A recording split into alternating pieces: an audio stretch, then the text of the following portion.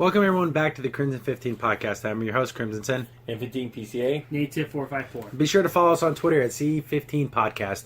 So the first thing we're going to talk about this week is a live-action Gundam series. Gundam is probably the pillars of anime. What are Dragon Ball Z, Gundam, and more like Sailor Moon or something like. Those are the big ones that came to America and really Yeah, for the United States, that would definitely be the three pillars. And also just in anime in general, because you got your action, then you got your sci-fi, then you got your cutesy... for the girls, basically. Girl. So basically that was kind of like America's kind of pillar of anime. And even for me personally, Gundam was probably one of my first animes I watched. Gundam Wing was probably the thing that really cut my teeth on giant mech robot stuff. Oh, yeah. And this is surprising because there's so many Gundam series. I'm assuming they're going to start at the beginning. They have to. Mobile Suit Gundam. It would make the most sense. It's the most logical, and also it'd be easier to make that transition because right now, everyone right now in the world is talking about we're going to go to space and we're going to do stuff. This is right on the coattails of how Gundam in their story starts out because everyone goes to space and then you have the lunar the colonies, and then you kind of get that whole revolution we're in outer space. We want nothing to do with the Earth. Exactly, and they're just like, no, you need to help. You need to pay us, help us. Taxation without lunar representation. Exactly. So there's all that political stuff, and also it might be even right up the alleys of people that like the whole anti-nukes, because in the original series they used nukes, but they used so many of them it actually ended up screwing up the atmosphere. Yeah, so you can't use missiles anymore. Yeah, you can't use targeting systems anymore. So they built these giant robot suits like giant tanks for close combat. See, it makes it more practical. Yeah, exactly. Because there would have to be a reason, because why wouldn't you nuke these things from outer space? Exactly. So messed up everything. The Gundams, or the original mobile suits, were basically construction robots. Yeah. And it's funny about Gundam, a lot of non-fans don't know that don't watch Gundam. There's no aliens in Gundam, except for one series, I think. Yeah. See, but it's just human beings going to outer space and people wanting to control their own destinies, and you get some factions. You get side 6. Yeah. Screw those guys over to side 6.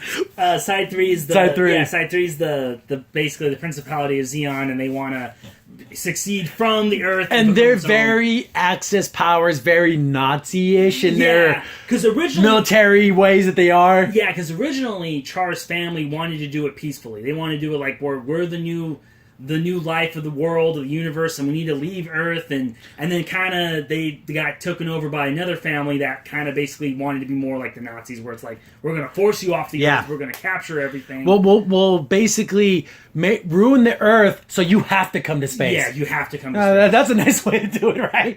You can't get people to agree with you, make their life inhabitable, so they have to go to space. And then that's when the whole battle started happening, and then they were winning because they had mobile suits, and the Earth Federation was behind on making their own, and eventually they started making their prototypes, which was the Gundam. That prototype Gundam, and they even have a big Gundam in Japan that's life size. Yeah, it's just so cool. Very cool story. You could do a lot of cool stuff with it. And so that's we're assuming they're going to do the Amuro Ray saga. Yes, I'm not sure about it. It might be in front of NHK headquarters. But I'm not sure. It's again, it's so funny. They take pictures there's a mall back there, so you see an advertisement for some H&M, and then you see a Gundam. What the hell? Exactly. But they couldn't get any more Japanese. Okay, you have a giant robot and you have a shopping mall right next to each other. Mm-hmm. Perfect.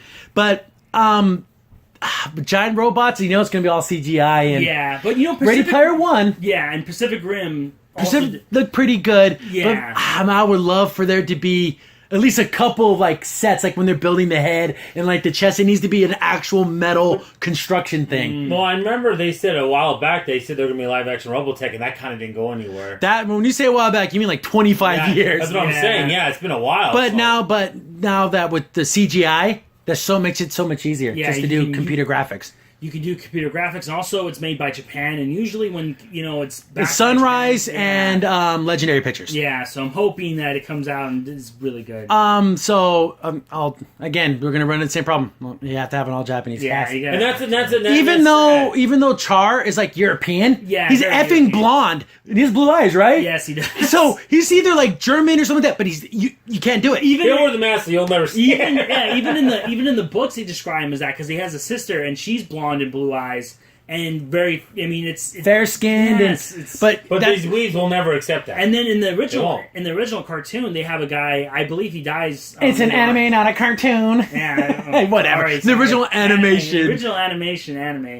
there is a guy that is black and he's bigger, and I'm thinking like, well, he's Japanese. He has to be Japanese, right? He's literally African American. He's Japanese. Yeah. Everyone that has to, again, if they want this to be popular, everyone who touches it. The guy who's up behind the camera, the producers, the guy making the food for the actors, the guy who brought the porta potty, they all have to be Japanese. And that's just a shame. It's a shame because that's ridiculous. Because how cool these are all adaptations. These aren't direct things. Gundam isn't a thing that really happened. No. Okay, we don't want Ryan Gosling playing Martin Luther King. That doesn't make any sense. But this is some fantasy world sci-fi thing that doesn't matter what the races of the people are. Exactly. No. I just want the best actor to play Amilray and Char because Char needs to be a very charming, but also a very... Because he did some dastardly things. Yeah, very dastardly. But he did for the betterment of the mankind. He's willing to do whatever it takes. And it's sad. You can't even use the star power and the thing like they did with Ghost in the Shell. Look at Scarlett Johansson. That failed, and that has Scarlett Johansson. Oh, and what's her face? Oh, what was her name? She's Indian.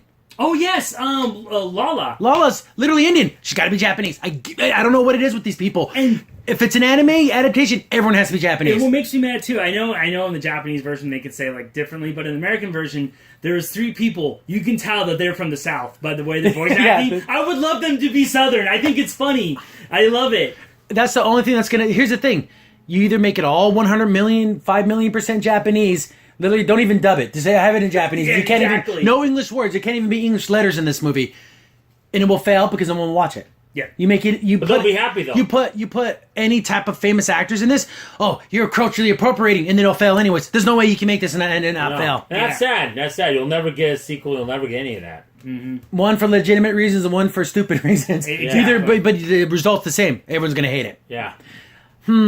But I'm trying to think, like, just thinking of actors and stuff, it's just so hard because I don't even want to get my hopes up for anybody. No. Because they're same thing happened, like you said, with Ghost in the Shell. Yeah. People are going to look at Char. Oh, he's Japanese. He's not Japanese, you freaking idiot. He's not even Japanese in the story, but it doesn't matter. And also, in Gundam, everyone's part of the Earth. It's a global thing. It's a global thing. Like you said, Earth Federation. We're not talking about countries anymore. We're all kind of on the same page. And the thing is with Gundam, like we say, stick with the original series because even though it's about giant robots and stuff, we even talked about the new types. Mm-hmm. Basically, in the world of Gundam, it's like the evolution of man. Yeah, like you start to get psychic powers. You start getting intuitions. Yeah, you get visions, almost intuition. Also, you end up linking with other new types, so you can start feeling their emotions. And that's supposed to be the next step of human evolution, because if you start feeling people's emotions, then you're not going to want to hurt anybody. Yeah, because you can feel their pain. Like, you can have a relationship with someone and literally be in their mind, and they're in your mind, and you share, like, this cosmic link. And then you're not even close to each other, physically. Like someone you love, and you literally can always be with them. I'm trying to remember, there was one Gundam suit where you were linked emotionally to it, like, you can kind of sense the there's all kinds... that's kind of that, too. There's all kinds of the different series. I think they should stick with the original, because then there's stuff like G Gundam, and even though tournament, MST is pretty cool. 8th MST, but that's in the original series too. Yeah. That's in the original timeline. Universal Century is probably where that's what they would call it. Yeah. But where I cut my teeth with Gundam would be Gundam Wing, but that's way more action, way more fantastical. Like the suits are crazy. Looks like death. He has bat wings and everything. Oh yeah, I remember what I've seen of it. It's like very angelic, very like Gundam, like the wing literally has like angel wings. Well, and that was the series too, where like the Gundams can destroy a whole like bases and everything. Because in the original Gundam series, the Gundam's strong, but you had to have a plan. You could take it down. Yeah, you could take it down. And I just love the suits are so iconic. Like you have. Yes. I think my favorite Gundam of all time would be the Golf Custom, the blue one. The blue one. Because he has a sword and he has a grappling hook. It's just a cool look. Because it's the original kind of crappy throwaway one, but like you can tell he took it to the shop and made it all... He has like the horn on his head. It's just cool looking. And in 8th MS Team is probably my favorite, I want to say limited series, because it's not like a full-blown Gundam. Oh, it's really short, yeah. But I just love that dynamic of the squad. You have your teammates. You're all working together. It's just like like a regular military thing. They don't have super powerful Gundams. They just kind of have general issue stuff. Exactly. Personally, for me, I've always had a favorite for just the original Zaku. Oh yeah, Zaku, either 1 or 2. Personally, 2 is a little cooler, and especially Char Zaku, which is Zaku. So the red comet's so cool. It's even pink. Who cares? Yeah, he's so cool. You can have a pink mobile suit. I know Gundam has a whole section of like fans that just sit the model kits. Just together. The kits. I would love if they actually came out with toys for this, and you can actually buy like some toys. Yeah, that'd be cool. Exactly. And the funny thing is, do you stick 100% to the designs, or do you change them a little bit.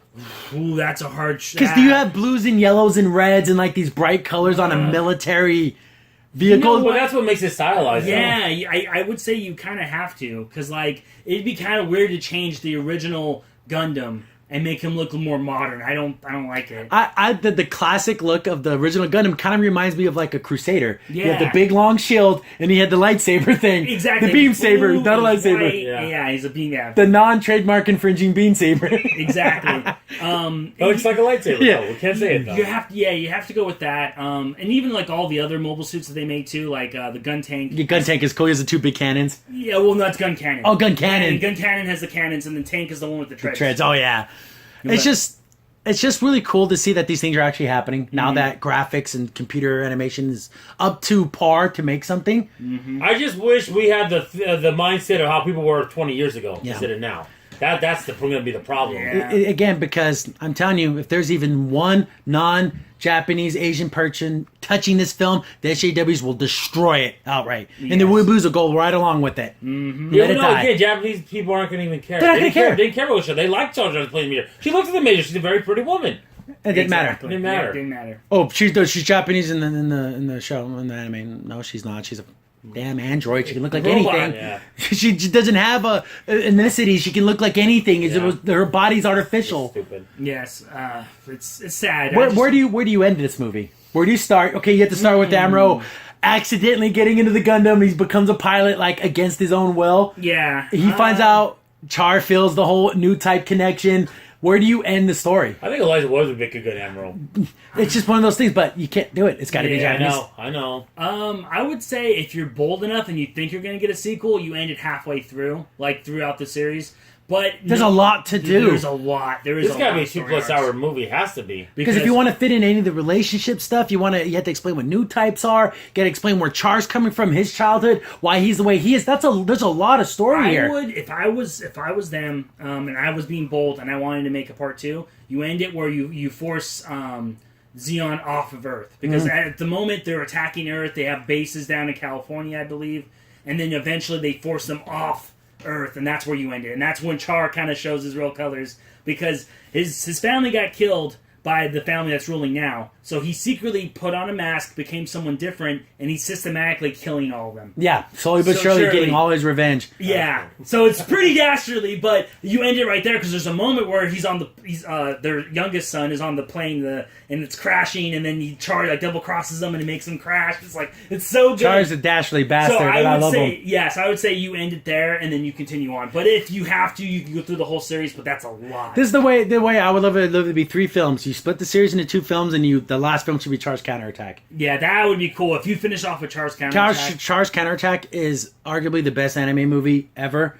If you discount Miyazaki stuff and you just do it against Char's Counterattack, it stands toe to toe with any anime movie anyone can name. I can throw Char's Counterattack. It's so funny because when you think about the mech genre, it's not as popular as it used to be, but yet all the best movies seem to be mech ones. If you notice that, a lot of them. Because the military stuff, it's just cool that you have just the hero's journey and just the dynamic between Amuro and Char. Yeah. You have like the Amuro's like this innocent person who, and then Char's is like he knows exactly what he wants. And he doesn't care how he gets it. Amuro still cares about people. Exactly. The only person Char cares about is his sister, exactly. and like nobody else. He literally would kill a building of people just to maybe kind of protect his sister, just to be sure. That's what they meant. Yeah, but he's there's a difference between caring about people and then seeing people as tools. Yep, everyone's just a means to my ends. Yes, exactly. And Amuro hates him for it. Yeah. And the thing is, since they're both new types, they can kind of feel each other. And then he's like, he can't believe what he's feeling from Char. Like, I can't believe you're so angry. I can't believe